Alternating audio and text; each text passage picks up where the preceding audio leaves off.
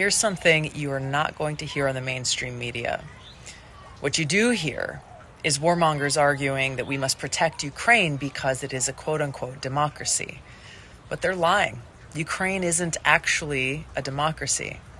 For example, to hold on to power, Ukraine's president shut down the 3 TV stations that were openly criticizing him and his policies, imprisoned the head of the opposition political party that had come in second place in their elections, and went and arrested and jailed that party's leaders.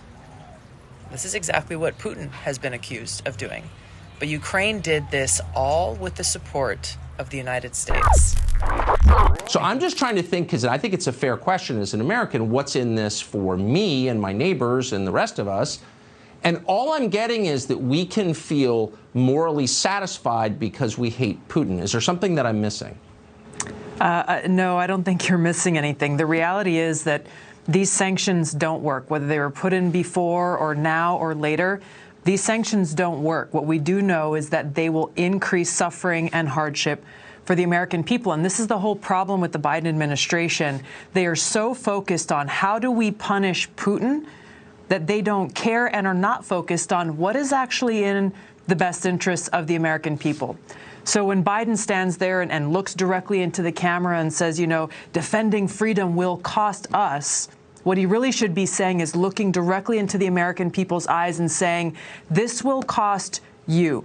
Because these sanctions are not going to cost him or Kamala Harris or the power elite in this country, even the power elite in Russia. It is the people who will suffer, the American people, the Russian people, people here at home working hard every single day, facing those drastically increasing prices at the gas pump, facing increasing costs at the supermarket, impacting our supply chain. The hardships that people are dealing with every day now with Biden's sanctions plan, we're only going to see that continuing to get worse. And it doesn't end there, Tucker. This is the problem is you think Russia's not going to respond. You think Putin's not going to respond. He will respond. And it's likely he'll retaliate using cyber attacks on our financial systems, our communication systems, on our basic infrastructure.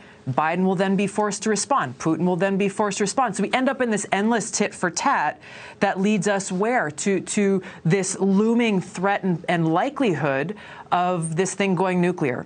And again, this is the reality that we all need to understand is true, is that whether it is intentional or unintentional, when you have 2 great nuclear-armed countries at this point of escalation, and then if there is a nuclear attack, the power elite, these people are going to go hide in their bunkers. They'll have their shelter. They'll have their food and water and everything that they need. You and I and the American people, we will be left out to deal with the consequences, to suffer and deal with that destruction and death that will come as a result. And yet we're doing this for principle. The people in charge who don't care at all about our founding documents, who violate their spirit and letter every day, are telling us that an essential American principle is at stake. Do you have any idea what that principle might be?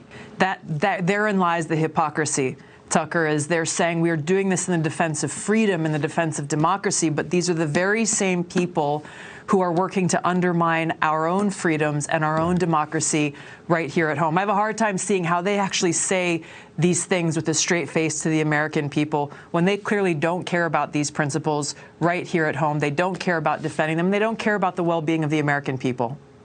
I think that's all very clear, and I appreciate your saying it as clearly as you did. Tulsi Gabbard joining us tonight. Thank you very much.